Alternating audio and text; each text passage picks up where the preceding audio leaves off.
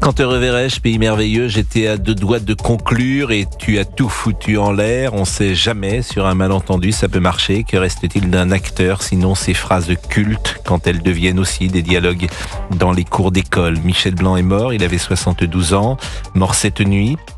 À Paris, à l'hôpital Saint-Antoine, il est peu de dire que Blanc appartient à nos souvenirs. Jean-Claude Duss, premier garçon de la troupe du Splendide, a quitté ses copains. Il y a 40 ans, tenue de soirée où Monsieur Hir ont abordé un tournant pour un comédien qui refusait de n'être qu'une caricature. Michel Blanc était un immense comédien, je vous trouve très beau, Chambre à part, Les petites victoires, Docteur, Merci la vie.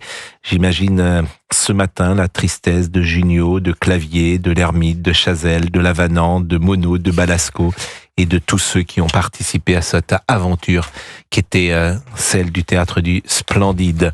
Nous sommes avec Laurie Choleva, spécialiste du cinéma que vous connaissez sur Europe 1. Bonjour Laurie, et qu'on peut écouter sur Canal également. Bonjour Pascal, bonjour à tous. Et puis avec Julien Pichenet, qui était tout à l'heure entre 9h et 9h30 sur CNews et sur Europe 1, puis qui était avec Thomas Hill, également sur Europe 1. Vous avez quelques archives peut-être, Julien, à nous proposer pour commencer cette émission. Évidemment, Michel Blanc était très régulièrement passé nous voir dans les studios d'Europe 1. Parfois aussi, on l'a appelé, comme lors du festival de Cannes 1986. Il obtient à ce moment-là un prix qui a eu beaucoup d'importance pour lui, le prix d'interprétation pour le film Tenue de soirée, qui a été un film important dans sa carrière. Et c'est Guillaume Durand qui lui passe un coup de fil depuis la rue François 1er.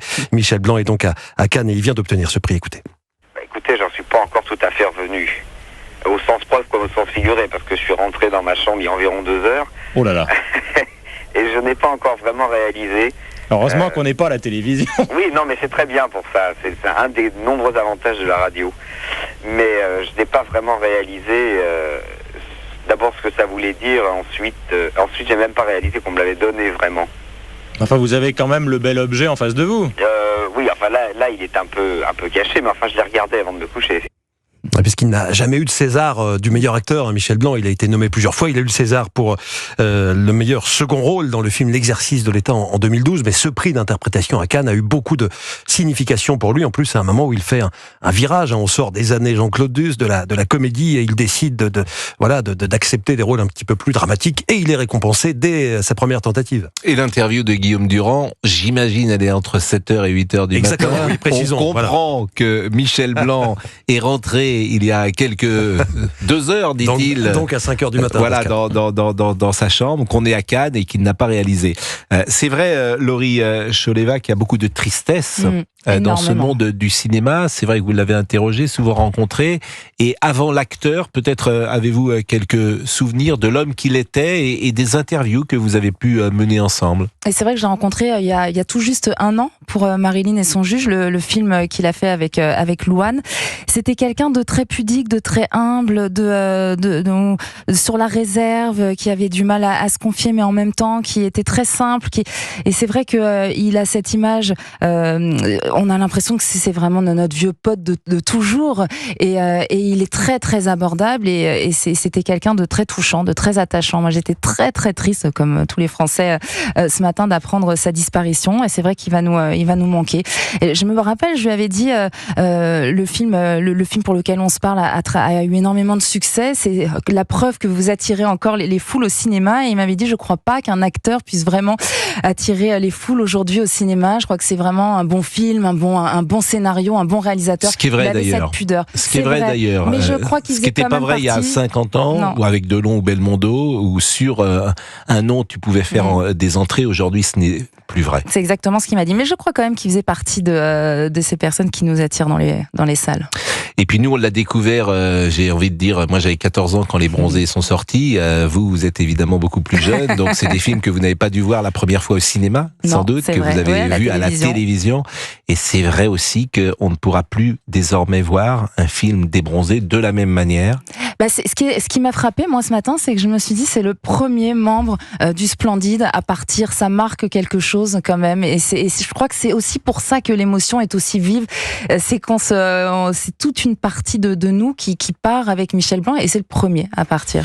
Dans les historiques, vous avez raison, il y a Anémone qui était décédé, qui avait fait vraiment, effectivement Le Père Noël est une ordure, qui avait toujours effectivement une place particulière dans ce groupe, puisqu'elle avait rompu avec le Splendide. On va marquer une pause, il est 11h12. On va évidemment parler avec... je sais même pas si je vous ai dit bonjour, Géraldine. Non, mais c'est pas grave, non, Pascal. Vous vous rendez compte, mais vraiment, c'est normal. C'est une journée on un a attristé aujourd'hui. Alors, je dis bonjour évidemment à Géraldine Pascal, bonjour que à vous tous. connaissez, et on va saluer toute notre petite équipe. Laurent Tessier, bien évidemment. Bonjour à tous. Bonjour Laurent, et qui s'est adapté depuis 9h moins le quart.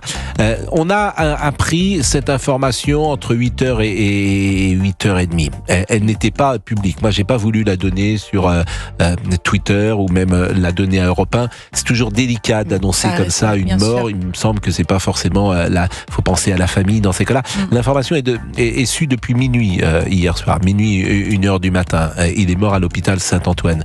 Mais c'est vrai qu'on pense à la famille, on pense aux amis et à ceux qui pourraient apprendre cette mort de cette façon-là. Elle a été donnée vers 9h moins le quart, et Laurent Tessier a bâti cette émission qu'on va vous présenter grâce évidemment à Laurie, grâce à notre ami Julien. Monsieur le réalisateur est là, Fabrice Bonjour Lafitte. Pascal, bonjour à tous. Bonjour. Monsieur Guénec est là. Bonjour à tous. Bonjour Monsieur Guénec, et Monsieur Alexandre Omar est également là. Bonjour Pascal. Merci beaucoup. On marque une pause. On a beaucoup d'archives, Julien. Bah évidemment. Et donc on va les écouter. On va ces en mettre archives. également en podcast pour les auditeurs d'Europe 1, parce qu'il est venu 100 fois à Europe 1, Michel Drucker, chez Michel Blanc. Michel Blanc, oui. chez Michel Drucker. Si vous pouviez ne pas enterrer tout de suite Michel Drucker. Il est venu chez Michel D'abord, qui Drucker. est immortel, cher Julien.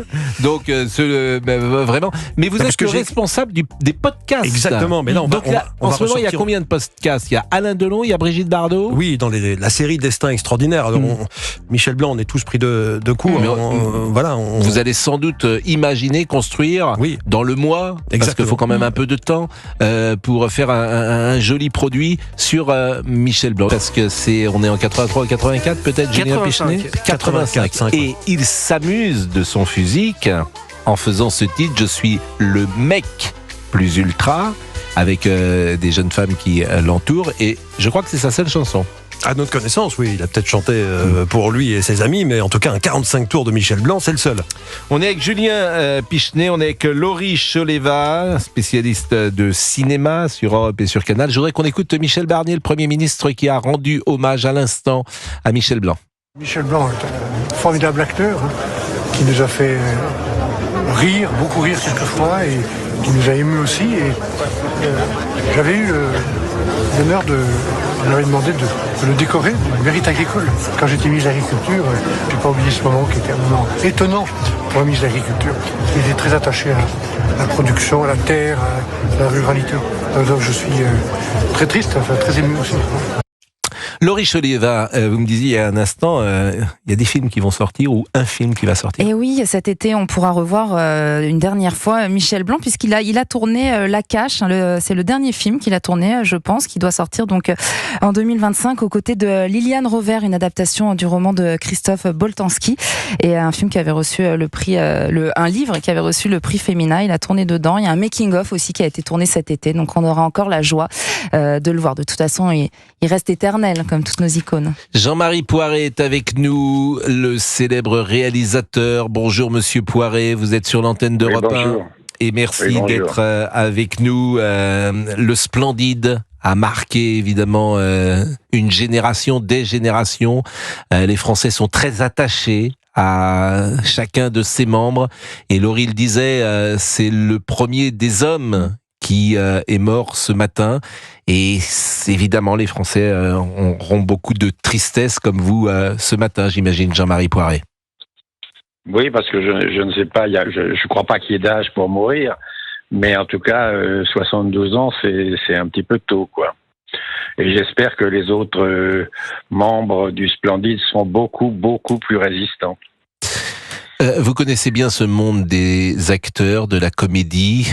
Derrière, parfois, ces trajectoires et c'est derrière ces comédiens, il y a parfois et souvent même beaucoup d'anxiété. Est-ce que c'était le cas selon vous de Michel Blanc? Oh, moi, j'ai connu quelqu'un de très gai. Alors, j'étais ami avec lui, mais pas intime. Donc, je l'ai connu chez lui, par exemple, il chantait beaucoup au piano. Il adorait chanter, chantait des chansons. Il préférait les chansons ringardes, évidemment. Et donc, il chantait comme un malade pendant des heures, des vieilles chansons avec une mémoire incroyable. Donc, j'ai toujours passé des très, très bons moments avec lui. C'est un acteur étourdissant. Moi, je n'ai tourné il a fait une voix dans Le Père Noël est une ordure. C'est lui qui téléphone. C'est lui qui téléphone. Oui. Qui parle à Thérèse. C'est lui, Thérèse, je t'encule, c'est lui. Et voilà. Et donc, ça, c'est resté très célèbre. Mais il a eu la gentillesse de venir tourner avec moi sur Papy fait de la résistance. Un tout petit rôle, une apparition. Un rôle de curé, non? Oui, le rôle d'un curé. Il m'avait d'ailleurs beaucoup épaté parce que c'était un film avec lourd. Donc, j'avais pas eu le temps de beaucoup préparer la scène avec lui. Il est arrivé, j'ai été très très épaté par son imagination parce qu'on a très peu parlé du rôle. Il était vraiment excellent. Et d'ailleurs, je lui ai dit, tu m'épates parce que vraiment, il a été juste tout de suite, quoi. Je n'ai rien eu à dire, rien eu à faire. C'est un acteur extraordinaire et d'ailleurs qui a eu un prix à Cannes pour le film de Bertrand Blier. Voilà, et il était un acteur qui pouvait à la fois être irrésistible et en même temps très émouvant et donc une palette fantastique.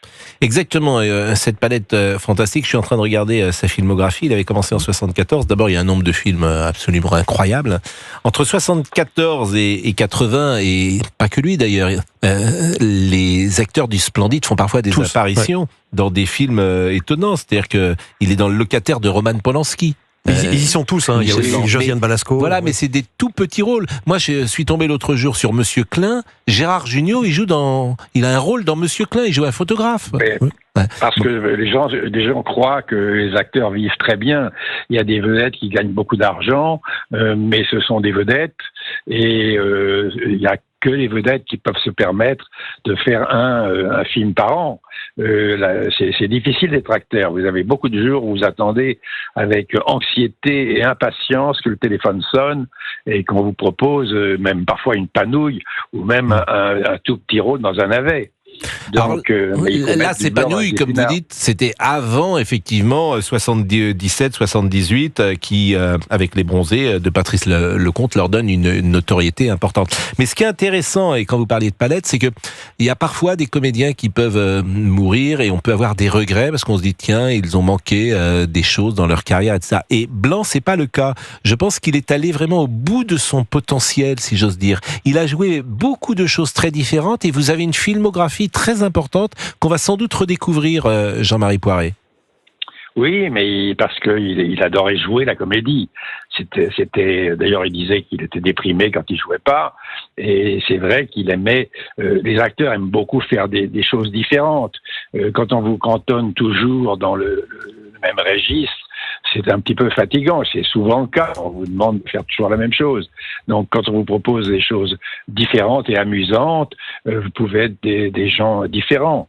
J'ai été très étonné ce matin par l'hommage qu'a rendu notre ministre de la Culture, Rachida Dati, qui n'a pas cité Les Bronzés dans les films de Michel Blanc, ni même Bertrand Blier, qui sont les deux metteurs en scène avec lesquels il a été absolument génial, et il a été absolument aussi formidable dans Uranus de Claude Berry. Formidable.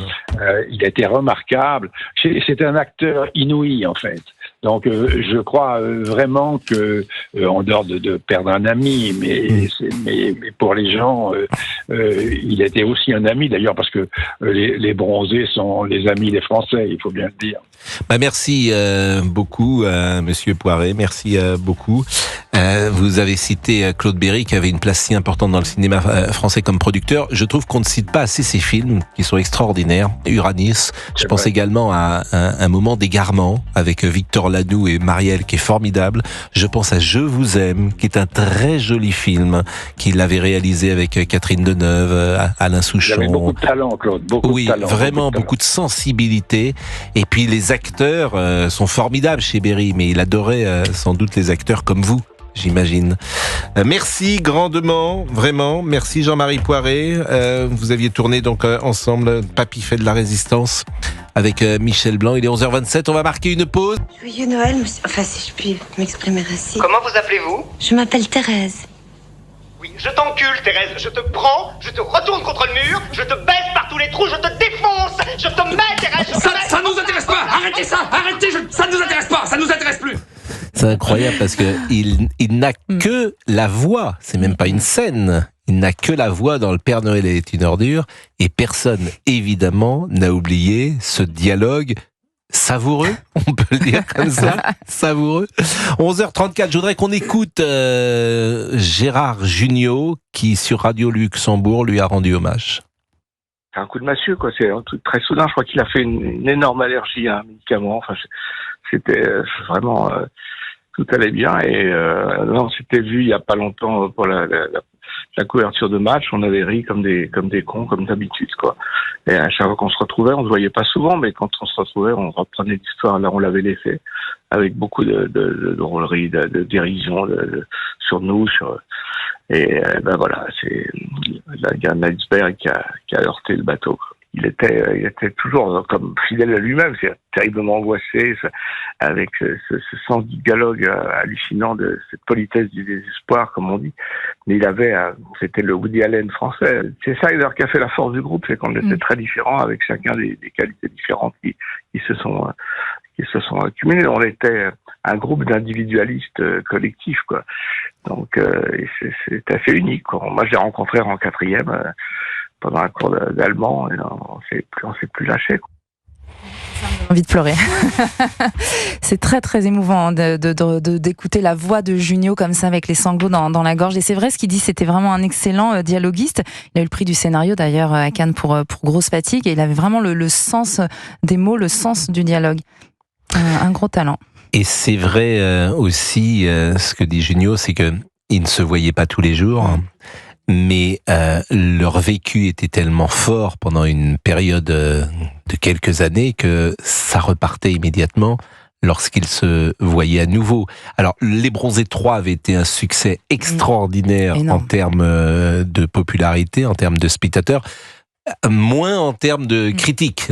Beaucoup avaient trouvé que le film n'était pas à la hauteur des deux premiers. Mais c'est peut-être encore plus intéressant parce que les gens avaient envie d'être avec eux. En fait, il nous manque tout le temps parce qu'on grandit avec eux, on ne se lasse pas. C'est vrai que les bronzés font du ski sont tellement rentrés dans nos vies. Ce sont nos Madeleines de Proust qu'en fait, il y avait vraiment une énorme attente sur Les Bronzés 3 et peut-être trop d'attente parce que c'est compliqué aussi après autant de temps. Mais ça avait fait 12 ou 13 millions, je crois, de mémoire. Énorme. Et puis c'est vrai qu'il y a des carrières individuelles exceptionnelles. C'est-à-dire que Clavier a une carrière exceptionnelle, Marianne Chazelle, évidemment Jugnot, évidemment Blanc.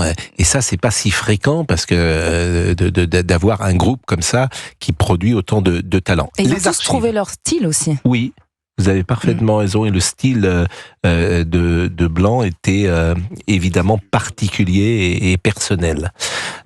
Julien, oui, les archives, Michel Blanc, on l'a dit, est venu très souvent sur Europe 1, notamment en 2014 pour parler d'une scène dont vous avez parlé ce matin déjà, Pascal, cette fameuse scène de Marche à l'ombre, au cours de laquelle Michel Blanc fume un joint, on va dire les choses telles qu'elles sont, et il se sent pas forcément très très bien après. Je sais pas déjà si on peut écouter un extrait de ce film de 1984 qui avait attiré plus de 6 millions de spectateurs à l'époque. C'est devenu une scène culte. C'est drôlissime. Ce qui est marrant, alors d'abord, première chose, c'est la scène dont j'avais le plus peur à jouer. Ah oui. Parce que moi, j'ai jamais fumé. Je peux pas mettre même de tabac dans mes poumons. Alors vous imaginez que rien ne rentre. Donc je n'ai jamais fumé. Donc, mais j'étais entouré de gens qui fumaient. Donc je voyais bien les effets d'imbécilité que ça faisait sur eux. Donc ça m'amusait beaucoup de l'écrire. Mais alors après, à jouer, je savais pas, j'avais pas de repère. Et puis c'était moi le metteur en scène. Donc il fallait que je me démerde. Donc je suis parti là-dedans. On n'a pas fait beaucoup de prises. Et j'ai eu la sensation de l'avoir raté. C'est drôle, hein. Ouais. Vous vous souvenez tous de cette scène, hein. Il sent qu'il a les dents du fond qui poussent, il est dans les bras de Gérard Lanvin. Il a 32 ans quand il réalise son premier film. Exactement. C'est en 84, c'est il y a 40 ans. Il a 32 ans. Il est sorti le 17 octobre 1984, ce film, donc pile quasiment jour pour jour, il y a 40 ans. On a l'extrait pour ceux qui se souviennent peut-être plus de cette scène en question. Écoutez. J'ai très très froid. J'ai été attaqué par des renards tout à l'heure. J'ai du mal à parler parce que j'ai les dents qui poussent. Voilà, il pensait avoir raté cette scène qui est l'une des scènes les plus connues de la carrière de Michel Blanc, mais en même temps il y en a tellement des scènes connues. C'est vrai que ce matin, rien que dans les couloirs d'Europe 1, j'entends des gens qui sifflent Quand te reverrai-je, Pays merveilleux, ou des répliques qu'on s'échange finalement tous les jours, presque sans le savoir, depuis 40 ans. C'est ce qu'on disait tout à l'heure, c'est dans les cours d'école, mais quand N'oublie que t'as aucune chance, vas-y fonce. On l'a dit 1000 fois ça dans notre vie. Sur un malentendu, ça peut marcher, c'est dingue. Quand te reverrai-je, Pays merveilleux, cette phrase a une histoire. C'est-à-dire que ils n'ont pas d'argent pour acheter les droits de la chanson. Les droits de Étoile des neiges. Étoile des neiges. Oui. Bon, Étoile des neiges, Mon cœur amoureux. Bon, qui est une chanson de Lynn Renaud. Ils ont fait une variante. Ils inventent une petite variante. Ça a un peu la couleur de Étoile des neiges, mais c'est pas Étoile des neiges. Et Monsieur Laffitte peut-être va nous proposer un son. Ah, j'espère que ça va pas durer longtemps. Je vais être en retard, moi.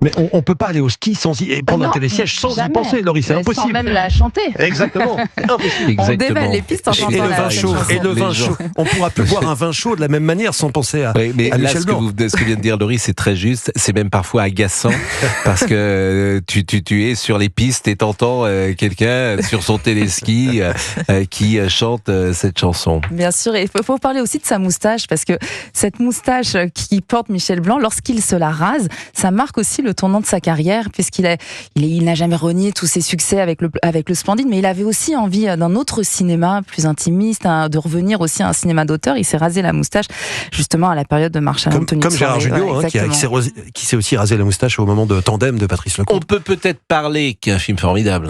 Tandem, que j'ai revu il y a 2-3 mois. Sur l'univers de la radio. Donc ça sur l'univers de la radio avec Mortez, qui est joué par Jean Rochefort, et puis la musique, qui est extraordinaire. Non, c'est un film à vraiment revoir. Alors ça n'a pas pris une ride, hein. Tandem, ça n'a vraiment pas pris une ride.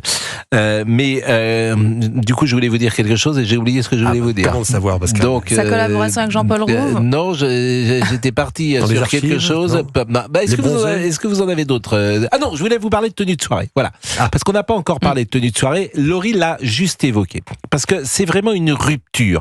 Il y a eu effectivement le prix d'interprétation qu'il a, mais après, rien ne sera plus comme avant. Alors, je ne sais pas si on a un extrait d'ailleurs de tenue de soirée à vous faire écouter. C'est un film de Bertrand Blier. Il y a Gérard Depardieu, il y a Miu Miu, il y a Jean-Pierre Mariel, il y a Catherine Siol. C'est un film tout à fait étonnant. Je pense qu'on pourrait plus écrire comme ça aujourd'hui parce que c'est tellement déjanté. C'est pas ce que vous en pensez, Laurie, bien sûr, que ça serait compliqué. Et puis ça a choqué à l'époque aussi, quand même. Oui, mais ça choquait pas pour les mêmes raisons que ça choquerait aujourd'hui. C'est-à-dire qu'à l'époque, ça choquait parce que c'était déjanté, d'une certaine manière, et aujourd'hui, c'est le puritanisme qui pourrait se mettre en place, qui n'existait pas de la même manière dans les années 80. Donc écoutez un extrait, Laurie nous parle de tenue de soirée. On est tous en cellule, mon petit pote. Toi, moi, tout le monde. La vie est une prison.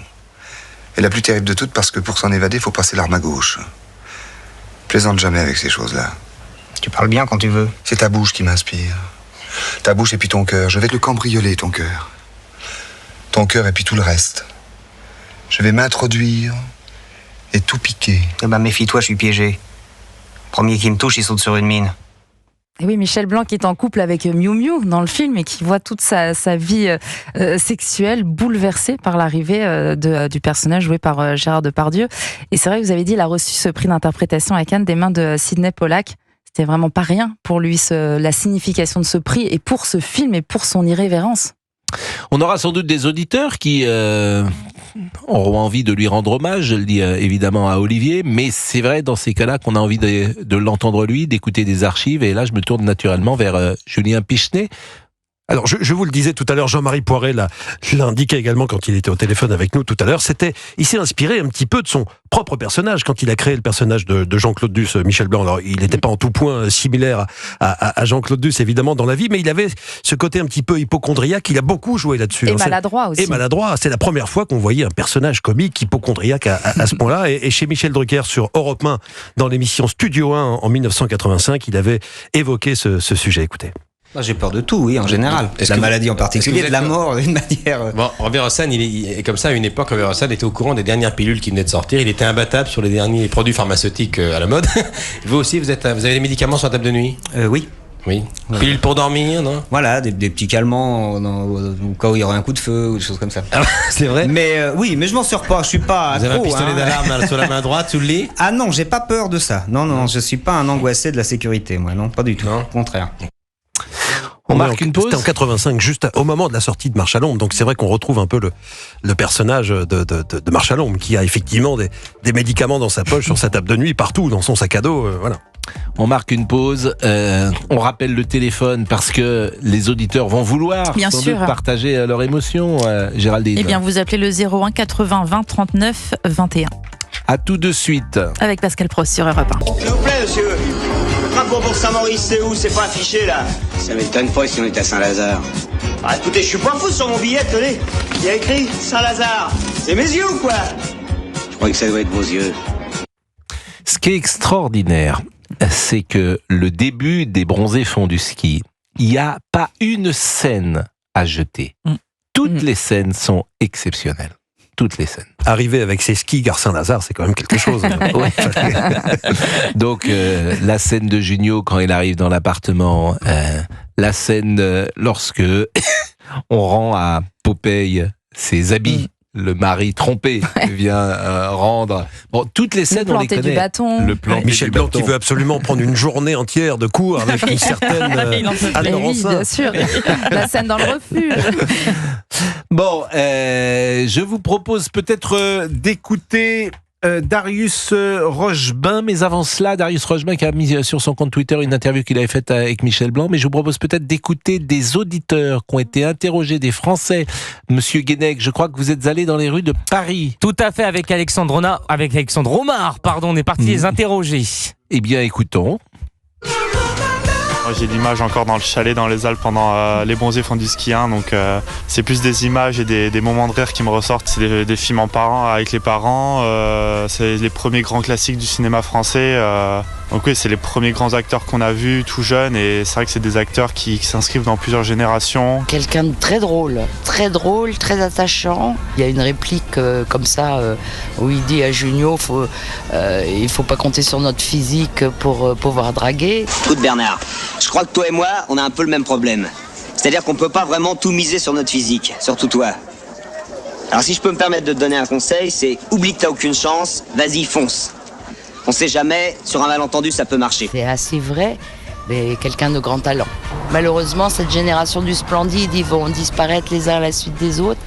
Ça nous fera un grand trou dans la comédie française.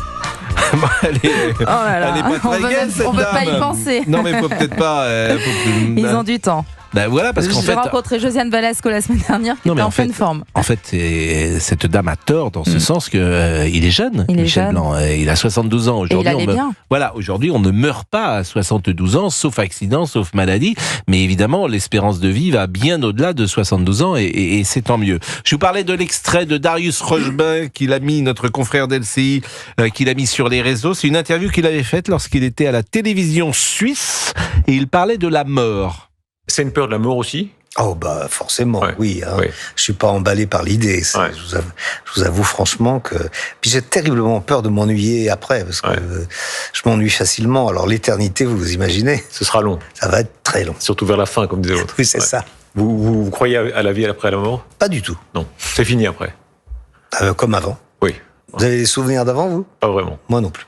Et c'est peut-être de l'amnésie. Ça vous désespère pas du tout? Ça dépend de ce qu'il y a après. Parce que ce que nous promettent les églises, bon, non, ça me paraît pas très alléchant.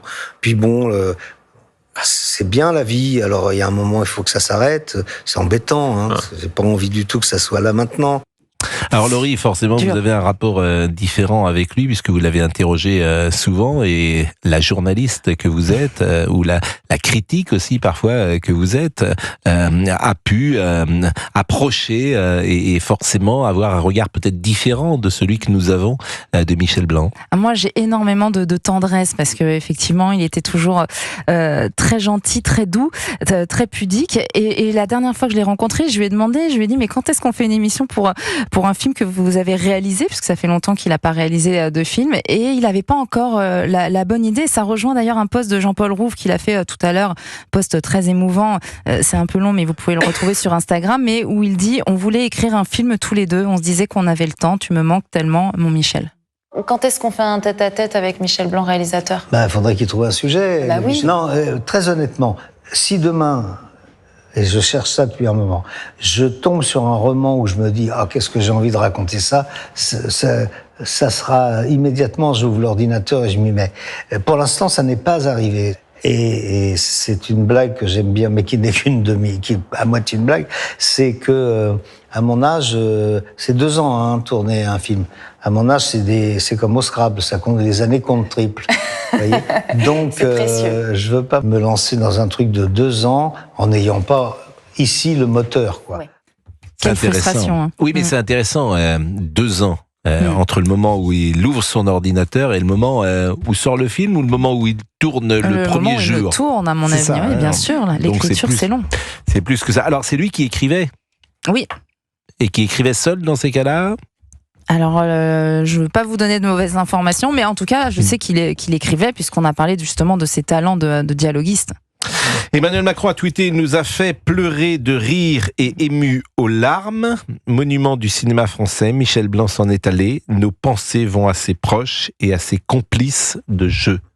Julien Pichenet. Oui, les chaînes de télévision commencent à communiquer, à avertir qu'elles vont casser leur grille. Et je peux vous dire, ça vient de tomber, que ce soir sur France 2, soirée spéciale Michel Blanc avec la diffusion à 21h05 de Je vous trouve très beau, film d'Isabelle Mergo de 2005 qui avait obtenu il y a un petit peu moins de 20 ans un grand succès en salle. Il avait été nommé au César du meilleur acteur pour son rôle. Pour ce film. Et ensuite à 22h40, Un jour un destin sur le splendide, l'histoire incroyable des bronzés dont nous avons beaucoup parlé pendant une heure. C'est vrai qu'elle est incroyable cette histoire. Pourquoi elle est incroyable? Parce qu'elle est en rupture quand le Splendide naît avec tout ce qu'il y a avant. C'est-à-dire que c'est pas l'humour de Fernand Reynaud, c'est pas l'humour de Louis de Funès, c'est pas l'humour de Michel Audiard, c'est pas l'humour évidemment des films qui pouvaient sortir à l'époque, Pierre Richard par exemple, et c'est quelque chose de plus féroce qui arrive sur la scène française. Féroce, caustique, sarcastique, ironique, assez laid même parfois. On fait rire avec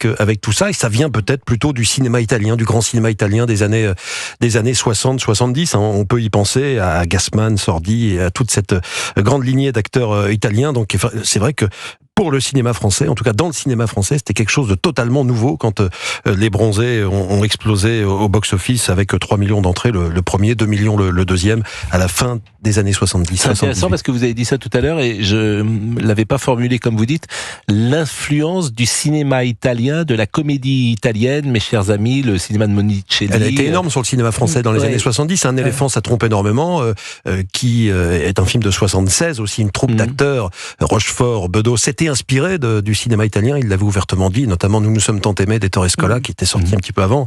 Donc ça a beaucoup influencé la comédie, ça a permis à la comédie française de se régénérer et d'apporter un petit peu de sang neuf et de renouveau.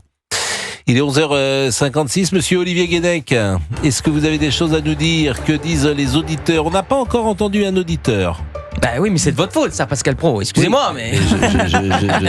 Attendez, vous n'allez pas me le reprocher quand même, ça va pas commencer. Vous connaissez Olivier Guénec, Laurie Chaliva. Vous nous écoutez tous les jours entre 11h et 13h. La seule fois qu'on a croisé Laurie, il me semble, c'est quand on est venu s'incruster dans son enregistrement avec Elise Moon. C'est vrai. Je suis d'accord. Alors, vous savez que c'est un garçon qui a trouvé tout de suite le ton européen. Ah, bah c'est gentil, merci beaucoup, Pascal. Immédiatement, il a le ton tout de suite qu'il faut. Ça me touche. Merci beaucoup, Pascal, merci à vous. Allez, c'est parti, on n'a jamais eu autant de... Ça va, Pascal? Tout va bien?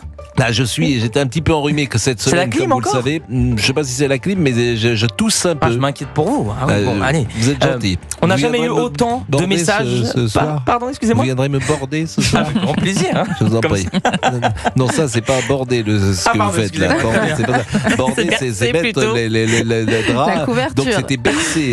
Excusez-moi. Border et bercé sont deux verbes Je vous différents. imaginais dans un landau. Bon, excusez-moi. Allez, c'est parti. On a beaucoup de messages, on n'en a jamais eu autant sur la page. Ah non, mais c'est vrai. Là, c'est incroyable. On est submergé. Donc, on a Nathalie qui nous écrit mes condoléances à la troupe du Splendide. C'est merveilleux que toute la troupe ait reçu un César d'honneur en 2021 alors qu'ils étaient encore au complet.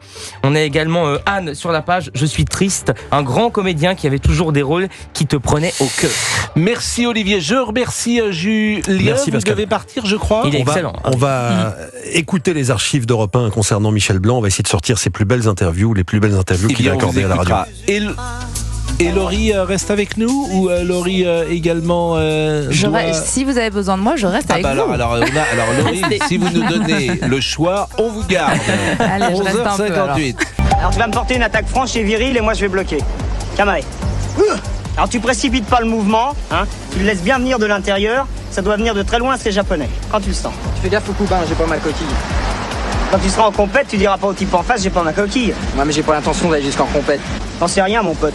Des fois, ça va beaucoup plus vite qu'on croit. Tiens, regarde, la preuve. En même pas 2 ans. Quand tu le sens. Tu le sens pas, là? Eh ben, le fais pas, t'as raison. Scène évidemment que vous aurez reconnu des bronzés. Nous accueillons Pascal de la Tour du Pin. Bonjour cher Pascal. Bonjour cher Pascal, je vous renvoie. Bonjour cher Pascal. Mais il n'y en a plus de Pascal, donc je suis content d'avoir une Pascal. On peut vous écouter tous les vendredis, samedis, dimanches de 19h à 21h sur l'antenne d'Europe 1. Et je vous ai dit cette semaine, venez nous voir. D'abord parce qu'on aime bien accueillir les gens de la station. Ensuite parce que je vous ai écouté et ça déménage. Ah, merci. Je me suis Venant dit, de vous, ça me touche. Mais non, mais je me suis dit, c'est vrai qu'aujourd'hui, le journalisme, il est sans doute plus incarné qu'il ne l'était il y a 20, 30 ou 40 ans. Et que parfois, on peut donner son avis.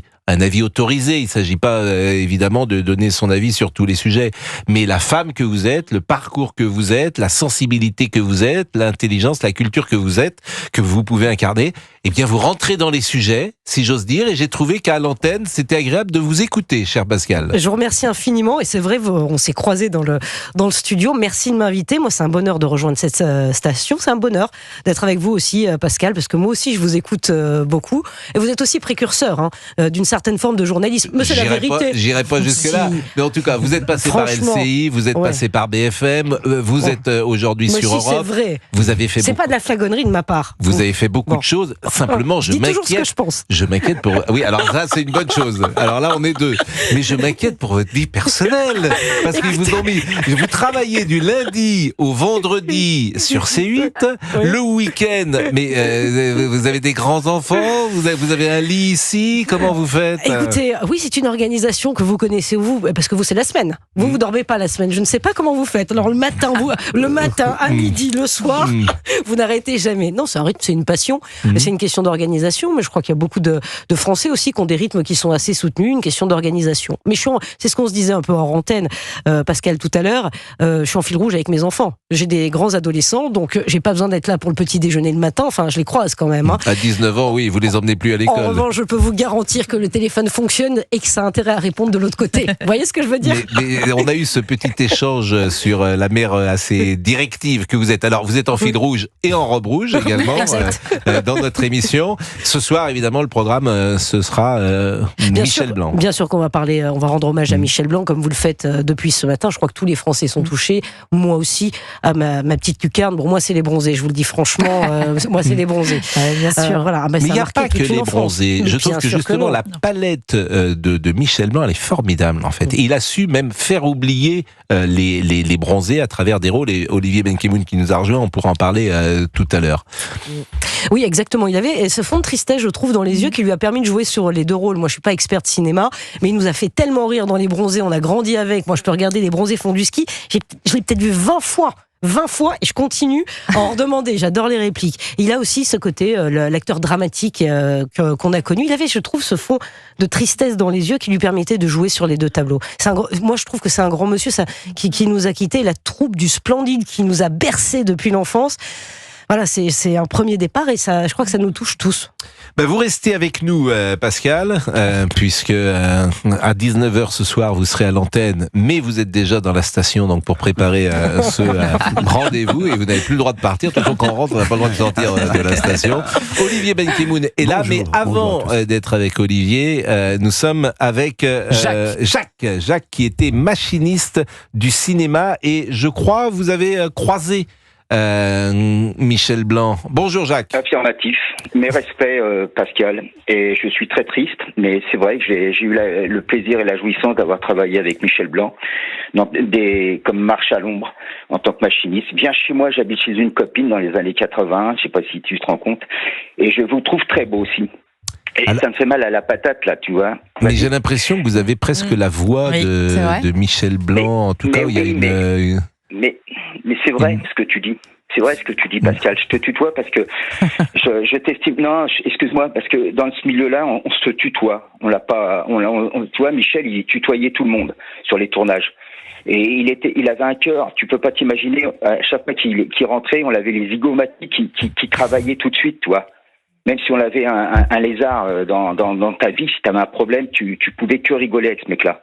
C'est un mec qui avait de l'humour, qui avait une bonne mémoire, qui avait le cœur sur la main. Comme on dit, il a la patate, ce mec-là. Tu vois, dès qu'il arrivait sur le plateau, paf, les zygomatiques, ça travaillait. Il était, je sais pas comment m'exprimer, mais il avait enfin bref, il était plaisant à travailler avec lui. Viens chez moi, j'habite chez une copine, ça avait été un succès. C'est un film de... Avec Nanar, avec Bernard Giraudot. T'imagines un peu? Nanar. Tu vois. Et il y avait une jeune femme qui s'appelait, je crois, Thérèse Liotard de mémoire. C'est vrai, oui. Wow, c'est un film de Patrice Lecomte. Et c'est un film où il est déménageur et puis il s'installe chez son pote qui est Bernard Giraudot. Et la chanson c'était « J'ai le cœur comme une éponge spéciale pour crier en fleurs ». La guitare, il l'a offert à Gérard Lanvin dans Marche à l'ombre, tu vois. Après, c'est son fiston qui s'est mis à la guitare, le fiston à Gérard Lanvin, Manu Lanvin, et il s'est mis à la guitare. Après, avant, il faisait de la batterie. Tu vois, c'est que des anecdotes. Vous l'aviez rencontré sur ce tournage, oui. Sur ce tournage. Sur les 3 tournages principaux. Et qu'est-ce que vous faisiez sur ces tournages précisément? Machiniste, le duo qui prépare le matériel, ainsi de suite. Et vous êtes toujours dans le métier? Affirmatif. Là, on est en train de tourner sur le bassin là d'Arcachon avec. Alors, tu vois, c'est bizarre la vie. Hier, c'était les 45 piges du réalisateur avec qui je travaille là, avec Camille. On fêtait ces 45 piges et on parlait comme ça des choses comme ça, les dents devant une roteuse, c'est-à-dire une bouteille de champagne. Et on était en train de parler que le Splendide, ils étaient encore complets. Tu vois. Et là, ce matin, quand j'ai appris ça à 7h du matin, putain, j'ai eu un gros coup à la patate. Au début, je croyais qu'on faisait une blague. Et j'ai appris ça m'a fait mal au cœur, parce que je me suis dit, mais putain, t'as tous les souvenirs qui reviennent, t'as tous les bons moments. C'était un trouillard. Quand il était avec le gros GG, quand il a fait aussi Buffet froid, je sais pas si t'imagines, il en avait peur. Vous parlez de tenue de soirée. Parce que Buffet froid, il n'est pas dans Buffet froid, mais tenue de soirée. Là, vous étiez dans tenue de soirée? Non, j'y étais pas, mais j'avais eu une relation amicale du travail qui était, et il m'a expliqué comment il était avec GG, et ainsi de suite, le gros GG. Et là, c'était impressionnant, je sais pas si t'imagines, c'était impressionnant, il avait une corpulence, et après, il y a comment il s'appelle déjà, celui qui est mort, qui a fait les galettes de Pont-Aven. Jean-Pierre Mariel. Merci à vous. Je vous en prie. Jean-Pierre Martial, avec sa voix, puis qui sort Calibre. Il y a une scène extraordinaire. En fait, quand Jean-Pierre Mariel revient d'une soirée à l'opéra avec Catherine Siol et qu'ils arrivent dans une maison magnifique, qui est braqué par... c'est drôle que vous disiez affirmatif. Le gros GG, voilà. Le gros GG avec... Et puis Miu Miu, et vous avez Marielle qui dit... On va se faire une gentille petite partie. Voilà. Et effectivement, et la suite, je vous la dis pas. Voilà, il y a un dialogue extraordinaire. Et Depardieu dit mais on va partir. Ah mais c'est que vous n'avez pas vraiment le choix. Et à ce moment-là, c'est une scène quasiment. Moi, j'adore Blier de cette période-là parce que c'est tellement créatif, tellement inventif, tellement brillant, tellement intelligent, tellement subversif. Aujourd'hui, on pourrait pas écrire comme ça. Parce que un moment, Michel Blanc dit mais je suis pas un PD. Bon, cette phrase, elle ne peut plus passer aujourd'hui, parce que en disant ça, il montre une défiance vis-à-vis peut-être du monde homosexuel, ça serait en tout cas interprété comme cela, et je pense que ces dialogues-là, moi j'ai beaucoup aimé cette période-là, pas que dans le cinéma, d'ailleurs aussi dans le journalisme, parce que l'autocensure n'existait pas, et la liberté, l'intelligence et la créativité étaient mises en valeur. Restez avec nous, en tout cas vous êtes sur le bassin d'Arcachon, dites-vous ? Oui, on est en train de tourner comme un œuf. Avec qui vous tournez comme un œuf ? Alors avec celui qui a fait, merde, putain, j'ai des trous de mémoire là. Oui. En face de moi. Ça c'est le champagne d'hier soir à mon avis. Ouais, c'est la roteuse, je ne me suis pas permis de reprendre votre expression, mais c'est le champagne d'hier soir. Hein ? Voilà, la roteuse. Bon. C'est avec Kian et puis avec celui qui a fait le Morning Live là, comment il s'appelle ? Michael Young. Merci, qui était, je sais pas si tu as regardé, il était sur France 2 dimanche soir avec. Il était en train de, pour ça qu'il avait le crâne rasé et tout. Et vous êtes où à Arcachon ? Vous êtes à Arcachon même ? Non, on est à Nios. On tourne chez dans un magasin. Dans un magasin. Bon, bah là manifestement vous n'êtes pas en train de tourner. Hein. Là c'est la coupure, c'est la gamelle, comme on dit chez nous. C'est la gamelle, la roteuse, etc. Bon, et moi je pense que c'est vous qui devrez faire tourner, à mon avis, le réalisateur, parce que vous êtes bon, hein. Jacques. Non, ouais. Non, mais je pense que vous êtes, comme on dit, un personnage. Bon, il est 12h15, restez avec nous, on vient vous dire au revoir après la pause, et puis nous sommes avec nos amis. Olivier Benkemoun nous a rejoint, et Olivier, vous le connaissez, Michel Blanc depuis toujours, forcément. Vous allez nous dire, à tout de suite. Et comme Jacques, vous pouvez rendre hommage à Michel Blanc au 01 80 20 39 21 11h13. C'est Pascal Pro et vous sur Europe 1. Ça, ce disque vinyle-là, quand il est arrivé dans les classes en 1978, c'est le Renault avec son bandana rouge et son cuir noir. Eh bien, je peux vous dire que ça nous a changé de Jodassin et d'Annie Cordy. Parce qu'à l'époque, à la télé française, on n'avait que ces vedettes-là. Il y avait Sacha Distel, il n'y avait pas ces chanteurs-là. Donc là aussi, Renault, ça va avec le splendide. C'est que c'est une révolution l'un dans le chant, l'autre dans la comédie, et c'est des choses qui rajeunissent. Mais vous avez raison, parce que Olivier Benkemoun, ce que ça raconte, ces films-là, c'est aussi cette nouvelle jeunesse qui ne cherche pas qu'à travailler, qui est assez dépouillée, qui a pas d'argent, qui est en galère, qui vole des mobs, qui joue de la guitare, qui fait de la manche dans le métro. C'est les enfants de 68. Alors, je vais remercier Laurie Choleva, qui va nous donner son programme ces prochaines heures sur Europe 1 et sur Canal, peut-être ? Alors moi, je serai demain. On va justement faire aussi une partie d'émission consacrée à Michel Blanc dans Clap de 18h à 19h. Voilà. Eh bien, vraiment, merci Laurie, c'était un bonheur de vous accueillir. Plaisir. Je vais remercier notre ami Jacques, qui est machiniste, mais qui, à mon avis, a beaucoup de talent. Vous êtes dans le cinéma depuis combien de temps, Jacques ? Ça fait à peu près 40 piges. Bon, et alors vous avez quel âge aujourd'hui ? 62 ans. Et c'est pas crevant, parce que machiniste c'est crevant, c'est fatigant évidemment de porter, de mettre en place. Non, c'est un beau métier de saltimbanque.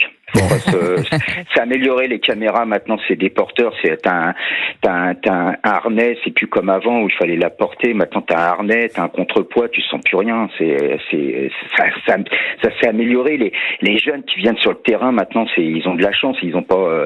On n'est plus à l'époque de Audiard. À l'époque à Audiard, je sais pas si tu te rends compte, il y avait les dolly qu'il fallait préparer, ça pesait une tonne, c'était pas en alu. Maintenant tout est en alu, ou en Kevlar, ou en carbone. Je sais pas si t'imagines, ça a avancé. Avec qui vous avez travaillé depuis 40 ans, parmi les réalisateurs les plus prestigieux ? Alors, c'est mon caractère, c'est avec Olivier Marchal. lorsqu'on a fait des très très beaux films, dont avec Gérard Lanvin, lorsqu'on a tourné les 36, qui est un film formidable. 36, mais c'est à Paname. Moi, je vais pas trop à Paname, j'aime pas. Ça a changé Paris et ainsi de suite. Moi, je préfère rester dans le sud-ouest. Dans le sud-ouest, t'as de la bonne bouffe, tu vas en Dordogne et puis là, t'as le foie gras, t'as le magret, t'as les huîtres chaudes. Si tu vas, voilà, tu vois, chouchou, je savais pas, mais tu vois de quoi on parle. La bonne bouffe et tout. Bon, donc et vous ne vivez pas à Paris. Non, c'est fini Paris. Paname, c'est fini depuis 20 piges. Bon, bah écoutez, moi j'aime assez votre langage un peu fleuri et couleur ancienne. Paname, c'est pas mal, Paname. Merci, merci, cher Jacques. Je te fais plein de becs. Moi, je te fais plein de becs. J'embrasse tout le monde à l'équipe. Les becs, c'est au Canada, ça veut dire des bisous, ma poule. Écoutez, écoute, je te tutoie. Ça me fait plaisir. Alors, je suis touché, Jacques. On a le même sang, on a les mêmes artères, on a le même sang. Mais évidemment, Jacques. Profite de la vie, surtout. Le sang, c'est ça qu'ils disent les jeunes aujourd'hui. Le sang. Voilà. Mais c'est mieux ma poule. Ma poule, c'est très connu. Bise ma poule. Mais oui, mais toi, t'as pas connu ça, Guénec. Non, j'ai pas connu ça. Mais non, le évidemment, on disait, ma poule, c'est très coluche. Bon, il est 12h24. Merci, Jacques. Bonne journée. On vous fait des becs. On vous fait des becs. Il est parti. Jacques, il est parti. À plus. Ciao. Europe 1, 11h, 13h. Pascal Praud et vous. Pascal de la Tour du Pin est avec nous et elle sera ce soir, vendredi, samedi, dimanche, de 19h à 21h. Et écoutez-la, parce que je l'ai dit, ça déménage, et ça c'est bien. Merci Pascal. Merci. Et puis l'ami Olivier Benkemoun, qui se souvient peut-être d'une interview avec Michel Blanc. Oui, à l'instant simplement un communiqué de la troupe du Splendide, suite à cette disparition, la troupe du Splendide, Josiane Balasco, Marianne Chazelle, Christian Clavier, Gérard Jugnot, Thierry Lhermitte, Bruno Moineau, s'associent d'une seule et unique voix pour exprimer leur douleur immense suite au décès de leur ami et compagnon Michel Blanc. Nous vous remercions chaleureusement de tous vos témoignages de soutien et d'amitié. Merci de respecter notre silence et notre recueillement, la troupe du Splendide. Voilà. C'est intéressant parce que seul, visiblement, Gérard Jugnot a parlé. Il a parlé ce matin, mais Josiane Balasco a fait un petit message. Et c'est intéressant qu'ils aient voulu manifester ensemble leur chagrin. C'est l'histoire d'une troupe, Michel Blanc, au démarrage, c'est l'histoire d'une troupe. Il racontait il y a quelque temps, je crois que c'était d'ailleurs sur l'antenne de Europe 1, que avant les bronzés, les propositions de cinéma qu'il avait, c'était avec des réalisateurs, auteurs. C'était le cinéma d'auteur qui plutôt faisait appel à lui. Et puis d'un coup est arrivé le succès des bronzés, l'arrivée de ce anti-héros français malin, moustachu, qui est à la fois un repoussoir à meuf, comme on aurait pu dire, mais en même temps... Un repoussoir. Non mais vous parlez comment un repoussoir à meuf? Mais enfin, ma mère est en train d'écouter, elle ne sait pas ce que c'est qu'une meuf. Alors, un repoussoir à jeune femme, voilà, sur la plage. Et puis, jamais vu ça. Mais en tout cas, on a fabriqué un personnage comique extraordinaire. Je suis d'accord. Donc comment des Claude Miller, des Blier, etc. pouvaient faire ensuite appel à ça? C'était tellement fort. Et en quelque sorte, il en a souffert. Et avant de passer au cinéma dramatique, en fait, le cinéma qu'il a aimé, la dramédie, la comédie et le drame en même temps, ce qu'il a fait, ce qu'il a réalisé, ben voilà, il en rêvait. Donc il invente des mots. La dramédie et un repoussoir à meuf. Il est 12h26. Avant d'être avec... c'est le planter de bâton. Le planter de bâton ne va pas du temps. Le planter de bâton, le planter de bâton. Et je crois qu'il est mort il y a quelques années. Il n'y a pas très longtemps, le moniteur de ski. Olivier Benkemoun a longtemps évidemment été journaliste de cinéma et vous le connaissez. Et il a fait de nombreuses interviews avec Michel Blanc et avec tous les acteurs de la troupe du Splendide. Et vous avez pu avoir des informations sur les conditions du décès de Michel Blanc. C'est terrible parce qu'il a fait un choc, ce qu'on appelle un choc anaphylactique. Alors je suis pas tout bip, je suis pas médecin, mais Mais je crois qu'il prenait un traitement. Il est allé chez un docteur en ville pour un examen banal. Et puis pendant cet examen, il a fait ce choc, c'est-à-dire que tout gonfle évidemment. Les urgences sont arrivées. On l'a emmené très vite à l'hôpital Saint-Antoine. Et puis on a essayé de le ranimer. Plusieurs arrêts cardiaques. Et au final, il est arrivé dans l'après-midi. Et je crois que le décès a eu lieu le soir. C'est terrible. Et tous les amis de la troupe ont été très vite prévenus hier soir aux alentours. Je sais que Gérard Jugnot était évidemment effondré à minuit et il était au téléphone. Je l'ai cité d'ailleurs ce matin avec Gérard Louvain. Et donc dès la fin de soirée hier soir, tard dans la soirée hier soir, effectivement, ses amis ont été prévenus. On est avec Claudine qui habite, je crois, La Baule. Bonjour, chère Claudine. Bonjour, cher Pascal. Vous êtes bauloise. Moi, je dirais. Oui. Et ce matin, j'étais d'abord joyeuse en voyant le soleil revenir sur notre belle baie de La Baule, et très triste après en vous entendant annoncer le décès de Monsieur Michel Blanc, que j'ai eu la joie de connaître déjà sur le tournage du Bronzés font du ski, donc ça remonte. Carlouk, dont j'étais l'attachée de presse à l'époque, était sponsor du film et la production m'avait invité à assister à un tournage. Bon, j'ai pas pu assister au tournage, mais j'ai assisté au dîner à Val d'Isère. J'ai pris le TGV le soir pour arriver dîner avec eux, toute l'équipe qui était là, qui m'a fait rigoler comme jamais. Malheureusement, le lendemain matin, je vais repartir travailler. Et puis, ce que je voulais vous dire, c'était beaucoup plus récent. En février dernier, nous étions dans le même avion pour effectuer un Marrakech-Paris. Il était devant moi et évidemment, quand on arrive à Roissy, on sort de l'avion, il y a des kilomètres de couloirs et un train à prendre pour arriver jusqu'à la livraison des bagages. On s'est retrouvés côte à côte et à un moment donné, il s'est retourné vers moi en disant j'ai l'impression d'être rentré de Marrakech à pied. Bon. Et je lui ai dit, vous vous souvenez pas de moi? Il me dit non, j'en étais pas étonnée, et je lui ai remémoré les Bronzés font du ski. Il m'a dit, ça ne nous rajeunit pas. Et j'ai trouvé que cet homme était plein de pudeur, de délicatesse, un très très bon acteur évidemment. Et donc d'habitude, le matin, ma journée est illuminée en vous écoutant, et aujourd'hui elle est empreinte de tristesse. Est-ce que vous avez des films au-delà des Bronzés qui vous ont marqué ces dernières années? Et je peux vous en citer évidemment quelques-uns. Moi j'avais vu Docteur par exemple de Tristan Seguela. C'était un film très très réussi. Les souvenirs de Jean-Paul Rouve, c'est un film formidable. L'exercice de l'État de Pierre Schoeller, il joue le directeur de cabinet du ministre. C'est un film très réussi. Pour lequel il a reçu un César du meilleur acteur dans un second rôle. Donc je ne sais pas si vous-même avez quelques souvenirs de films ces dernières années, Claudine, qui vous ont emballé, et peut-être les avez-vous vus dans ce cinéma de l'avenue du Général de Gaulle à La Baule, qui s'appelle le Gulfstream. Oui, où j'étais il n'y a pas si longtemps pour voir Le Comte de Monte Cristo. Mais pour revenir à Michel Blanc, j'ai vu beaucoup de ses films, notamment à la télévision, et j'ai aimé dans son rôle d'agriculteur, en train d'espérer vivre avec une très jolie femme des pays de l'Est. Ensuite, dans son rôle de médecin de campagne. Et franchement, je peux vous dire une chose, moi, ce qui restera gravé dans ma mémoire, c'est Les Bronzés.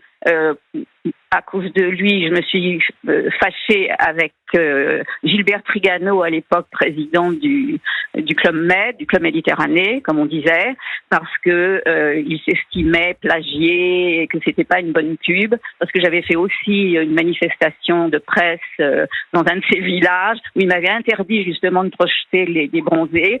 Et puis les Bronzés font du ski, et que j'ai vu des quantités de fois pour des projections à la presse ou aux détaillants. Et je peux vous dire que 40 ans, 45 ans après, je les ai regardés chaque fois qu'ils étaient diffusés, et j'ai toujours autant ri. Et je pense que ce sont les seuls films qui me font vraiment éclater de rire, puisqu'on n'a plus maintenant beaucoup l'occasion de voir des films de De Funès et autres. Oui. Mais c'est vrai qu'ils tournent moins en ce moment. Claudine. Il est mort en 83, le pauvre Louis de Funès. Oui, on a moins l'occasion d'en voir des nouveaux, je vous le confirme. J'ai fait aussi une opération de presse avec lui à la fin de sa vie sur la station des Arcs, donc je sais aussi, je l'ai connu.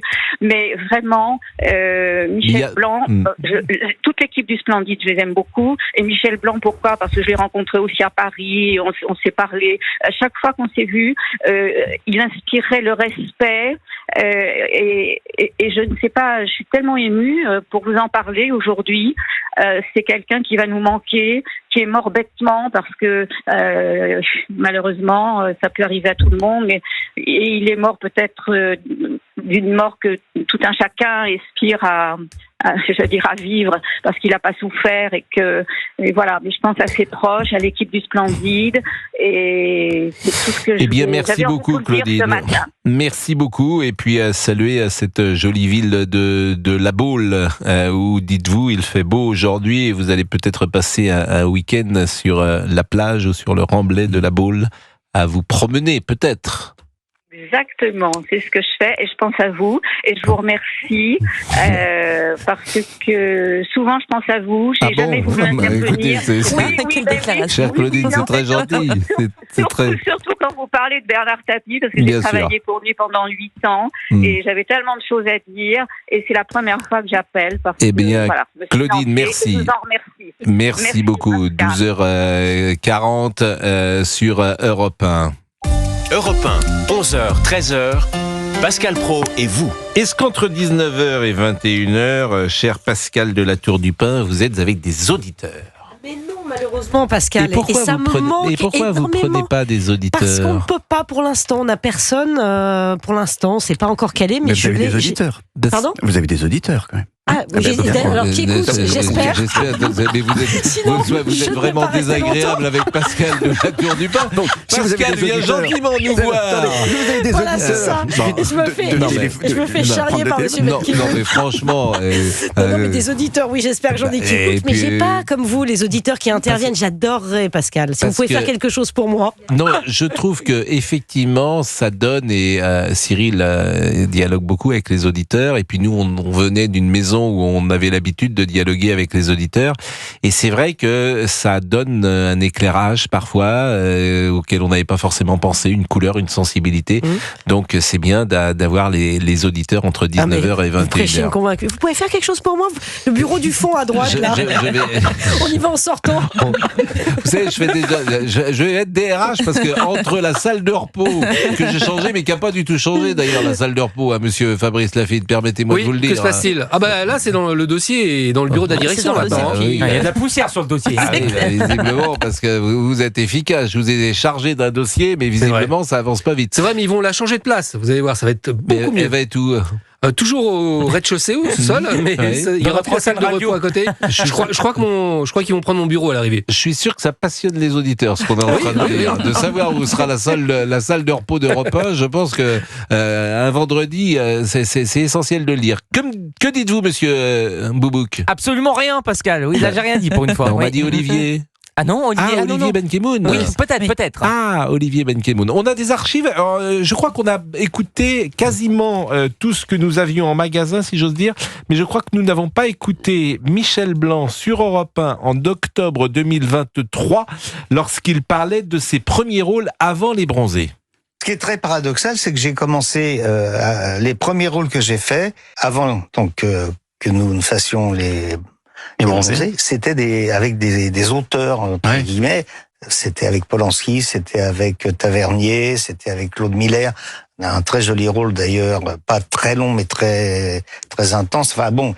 Et puis les Bronzés sont sortis. Et là, Silence Radio, ils ne m'ont plus appelé. Ce que je comprends assez bien, parce que ils ont dû se dire, mais si on le met dans un film, les gens vont dire, ah tiens, il y a Jean-Claude Duss dans le film. Les gens et ça vous scie. Le dernier film, a priori, metteur en scène, sauf erreur de ma part, il est en 2018 avec Voyez comme on danse. Oui, et moi je l'avais rencontré d'ailleurs à ce moment-là au festival d'Angoulême où il était venu le rencontrer. C'est marrant parce que un réalisateur qui vient montrer en avant-première un film dans un festival, c'est un stress qui vient le montrer au public. Et Michel Blanc est un hyper stressé. un hypochondriaque et un hyperstressé. Donc vous le rencontrez, vous allez le voir, et il vous reçoit toujours bien. Et c'est vrai qu'il te tutoie. Et puis il te dit, bon alors mon film, tu crois que ça va marcher parce que tu comprends, l'histoire elle est pas évidente. Et puis c'est un peu mes angoisses quand même. Puis tu crois que les gens vont. Et donc voilà. Mais il était adorable, il était doué. Et tu t'aperçois à quel point c'était l'écriture, son histoire, l'écriture et puis filmer, mais l'écriture, son monde était bien différent de celui de Jean-Claude Duss. C'est pour ça que il y a une vraie, il y a un grand paradoxe dans l'histoire de Michel Blanc. Le Michel Blanc des années 70, des années 80, de la comédie, c'est pas le Michel Blanc intérieur qu'il a réussi à faire éclore en sortant de dans cette bulle du Splendide. Et d'ailleurs, je trouve que tous ceux du Splendide ont été remarqués vraiment individuellement en faisant plutôt des drames. Alors je vous ai appris ce nouveau mot de dramédie, mais c'était ça, c'est du drame et de la comédie, c'est ce mélange-là qui est assez subtil et qui fait que Michel Blanc, moi je trouve excellait là-dedans. Et effectivement, son dernier film en était la preuve. Mais les grands rôles qu'il a joués après, les dernières années, sont des rôles dramatiques. Et encore une fois, l'exercice du pouvoir pour lequel il a eu le César du meilleur. Ça c'est 2011, hein. Ouais. C'était un film dramatique. C'est pas pour les grandes rigolades de Michel Blanc qu'il a reçu un César, évidemment. Il y a Les Tuches 4 aussi, dans lequel il a un rôle. Oui. Les Tuches 4, c'était Olivier Barrault. Bien sûr. Il y a les derniers films, c'est Les Tuches 4, Les Cadors de Julien Guetta, Les Petites Victoires de Mélanie Offray et Marilyn et son juge, qui a les faveurs du public. Jean-Pierre Améris, ça, c'était assez formidable, mais très étonnant ce film qui racontait encore une fois une vie, la précarité dans une ville de province, puisque je crois que ça se passait au Havre, et puis on avait je crois qu'il jouait le juge qui faisait la gueule tout en bougant, etc. Mais finalement, qui réussissait à rencontrer une femme qui n'était pas du tout de son niveau, de son statut social, et qui avait une histoire d'amitié absolument inattendue et improbable. Bonjour, j'ai réservé une chambre. Oui, et vous vous appelez Jean-Claude, et vous, Duss, avec un D, comme Duss. Les bronzés font du ski. Ce qu'il y a de bien chez les femmes, c'est que ça fait des choses que les hommes savent pas faire, quoi. Tous les trucs de la maison, la lessive, seulement une femme, ça se trouve pas comme ça. Réponse, faut sortir. Sortir, je finis jamais avant 8h. Quand je vais sortir, tout le monde sera rentré. Et ça, c'est dont je vous trouve très beau. Aimé Pigrenet et Maître Labaume. Et ce film-là, je sais pas si vous l'avez vu, je vous trouve très beau. Non, j'ai pas eu cette chance. Et je pense que ça, c'est un film. Ouais, vraiment, c'est un film. Là, il est diffusé ce soir, visiblement sur sur France 2. Exactement, j'allais dire sur Antenne 2, mais oui, c'était avant ça. C'était avant. On a compris. Écoute Bernard, je crois que toi et moi, on a un peu le même problème. C'est qu'on peut pas vraiment tout miser sur notre physique, surtout toi. Alors, si je peux me permettre de te donner un conseil, c'est oublie que t'as aucune chance, vas-y fonce, on sait jamais, sur un malentendu, ça peut marcher. Et vous disiez, sur un malentendu, ça peut marcher. Et vous disiez, Pascal, que vous avez des enfants de 17 et 19. C'est pas leur génération. Mais est-ce que, à votre avis, ils seront touchés par la mort de Michel Blanc comme notre génération le sont? Est-ce qu'ils ont grandi avec Les Bronzés? Ils ont évidemment grandi avec Les Bronzés. Je pense que c'est un film familial, intergénérationnel, et même s'il date effectivement de la fin des années 80, c'est ça, 78, 80 78, 78. Vous vous rendez compte? 78, j'avais même pas un an. J'allais dire, vous n'étiez pas né. C'est très gentil, j'étais toute petite. Non mais, je veux dire, c'est intemporel, c'est génial. Il y a des films comme ça que vous pouvez montrer à vos enfants aujourd'hui, qui sont intemporels et qui traversent les âges. Ça les fait rire, alors que bon, ils n'étaient pas nés, et leurs parents à peine. C'est génial, j'adore. Et c'est la tradition du cinéma familial qui disparaît un peu, ou de la séance de télévision familiale qu'on a connue dans notre génération, c'est-à-dire qu'il y a le père, la mère et les enfants regardent le même soir, le même film, au même moment. Sur le même écran. Sur le même écran. Alors qu'aujourd'hui, vous rentrez dans une maison, il y a Bidule qui regarde son écran, il y a machin qui regarde un autre, il y a un troisième, et effectivement, on partage peut-être pas... moins qu'avant. Exactement. Chère Géraldine. Bon, c'était un bonheur de vous avoir, Pascal. Merci infiniment, Pascal. On vous écoute, merci de m'avoir reçu. On vous écoute entre 19h et 20h, vendredi. 21h, c'est 2h d'antenne. J'ai loupé le début du film. 19h, 21h. Oui. Vendredi, samedi, dimanche, vous êtes VSD, et puis toute la semaine, vous êtes sur C8, comme ça. Bah écoutez, je n'ai pas vu le temps passer. Il est 12h49, ça va être le débrief de Laurent Tessier.